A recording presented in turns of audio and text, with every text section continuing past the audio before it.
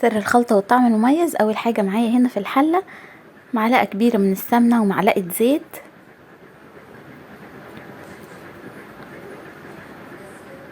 اول ما هيسخنوا كده هضيف عليهم بصلتين كبار مبشورين، او ممكن تعمليهم في الكبة.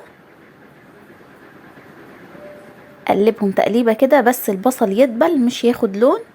اول ما يدبل معايا بالشكل ده هضيف عليه صلصة الطماطم.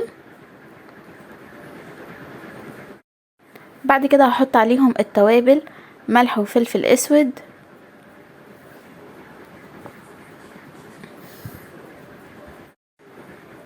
والكمون وكزبرة ناشفة وبابريكا. ولو عندك بقى توابل المحشي ضيفي منها معلقة صغيرة بتدي طعم رهيب. لو مش موجودة هنكتفي بالتوابل اللي احنا حطيناها، ملح وفلفل اسود وكزبرة وكمون وبابريكا والسبع بهارات. اقلب بقى كل ده مع بعض واسيب الصلصة تتسبك كده معايا بالشكل ده. بعد كده هضيف عليها الخضرة، شبت وبقدونس. انا كان عندي شبت وبقدونس متخرطين، ببقى عاملة بزيادة في خضرة المحشي وبشيل جزء كده في الفريزر، بتنفع لما بنبقى مستعجلين. بس طبعا الحاجة الطازة بتبقى احلى، بس دي بتنفعك لما بتبقي مستعجلة. حطيتها كده بقى على الصلصة واقلبها تقليبة معاها وهقفل.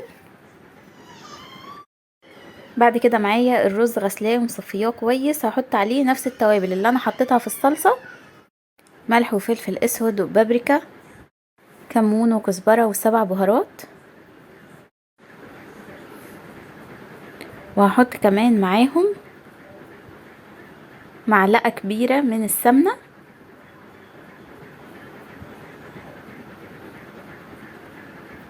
اقلب بقى كل ده مع بعض.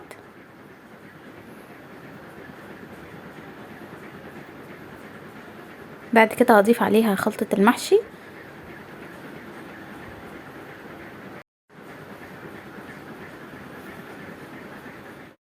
واقلبها بقى واشوف كده هتبقى لونها محمر معايا وجميل ولا هتحتاج صلصة جاهزة تانية.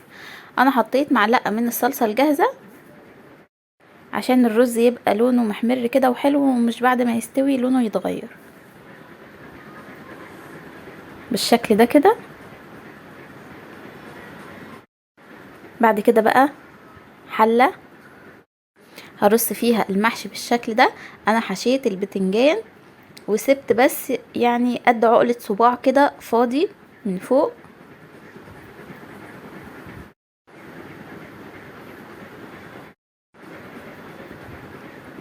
رصيت بقى كله بالشكل ده كده،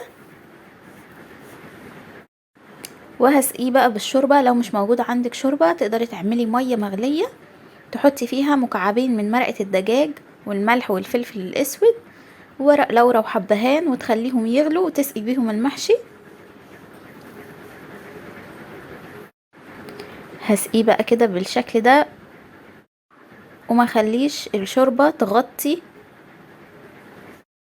المحشي. هنسيب كده جزء فاضي معلهوش شوربة وهي هتغلي وكله هيستوي، هتبقى تمام جدا.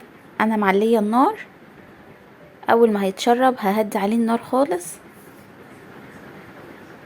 بعد ما تهدوا عليه النار تحطوا معلقة سمنة كده على الوش، بتديله لمعة جميلة جدا وطعم كمان وريحته بتبقى رهيبة. بصوا بقى احلى محشي هتعملوه، طعمه بجد خطير. خلطة المحشي طعمها رهيب، طعمها حلو جدا.